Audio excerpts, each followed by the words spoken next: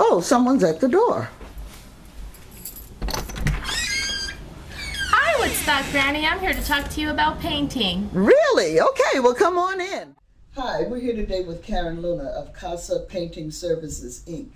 And Karen is going to share some very important information with us about painting your home.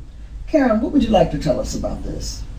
Well, paint is very important to a home, especially in the exterior, because it beautifies and it protects the materials, the exterior materials of the home.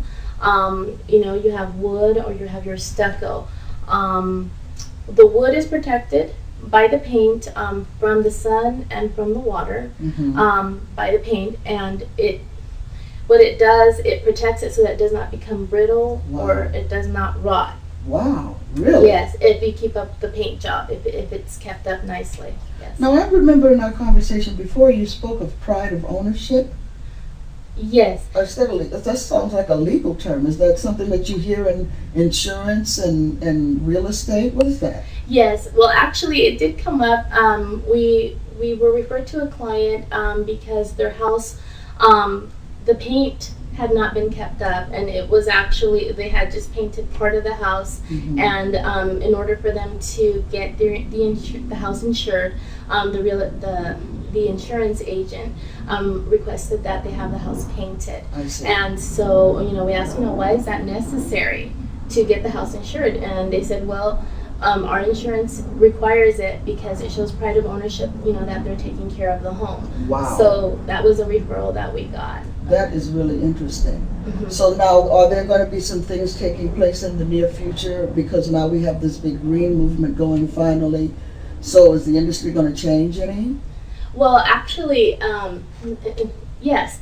The government has requested that in 3 years, it's given a time span of 3 years to the paint companies to stop producing toxic paints. So what we're going to be seeing is more water-based paints.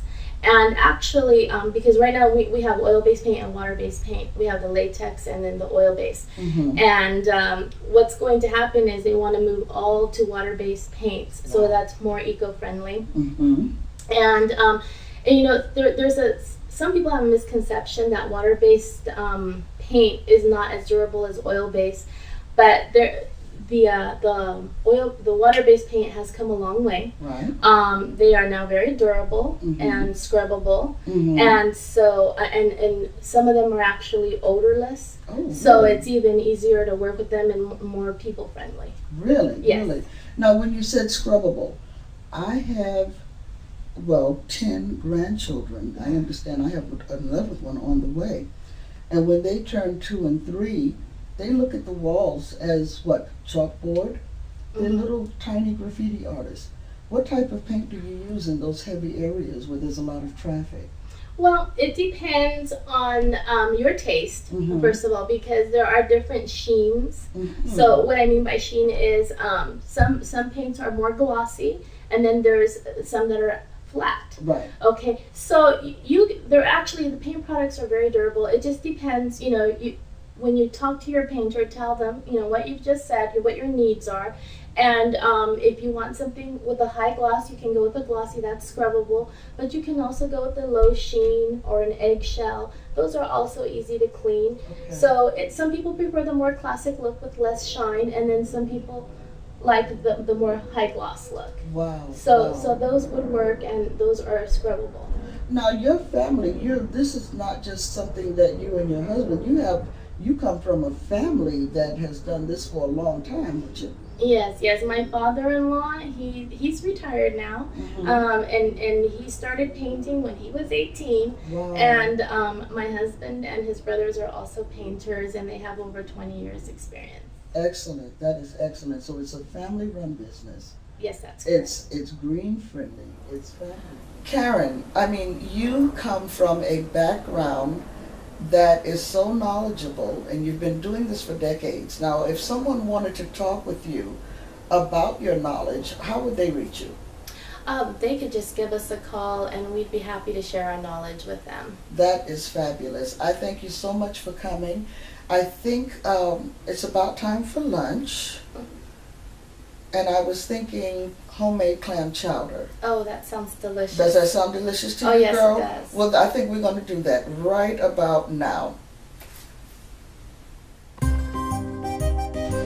From the fabulously cropped studio of KoolWorldMedia.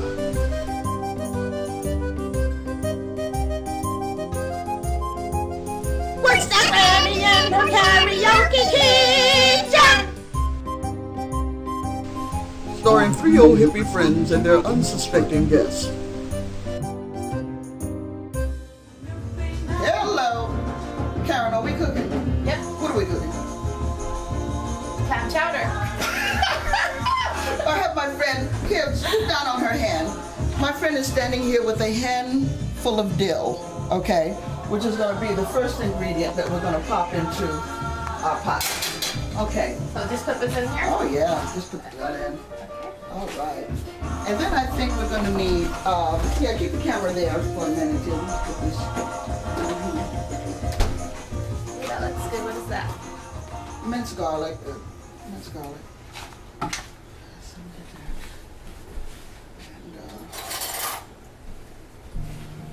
We don't spare the garlic around here.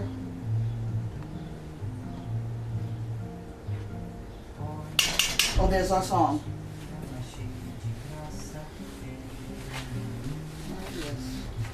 There's our song. All right.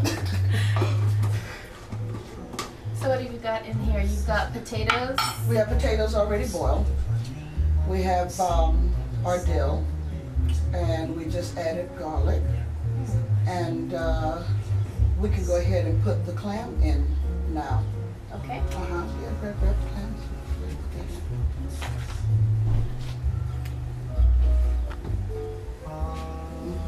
Go ahead. Spoon. Yeah, go ahead.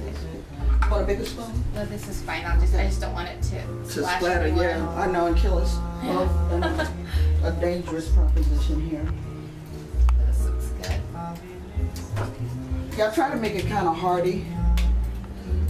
Fill you up real good. Is it thick and hearty? Oh yeah. Okay, great, great, great. Okay, so our next ingredient. I don't know the name, but I sing. I love this song. I don't know the language either. Yeah. Okay. So we got heavy whipping cream.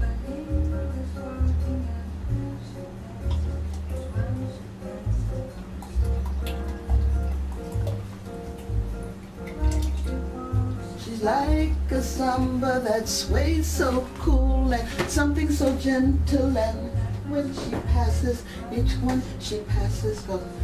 We want a little parsley on that just for, you know, the sake of color and what have you. There's some parsley right there. Okay. Mm-hmm. Just some. Yeah. Yeah. And this is a secret weapon. Oh. Gray sea salt from France. Oh yes.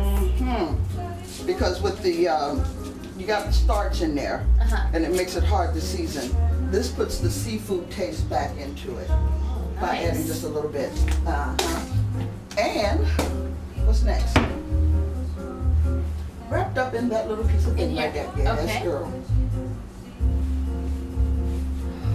Ooh, bacon. There There you go. Just put it in whole? No, no, we're gonna crumble it up. Oh, okay. Yeah, join me. Okay, okay, that was one for the floor. We feed the floor here. Okay, WoodStockGranny, we don't, you know, we're not prejudiced. If the floor wants to eat, we feed the floor. Okay? Okay?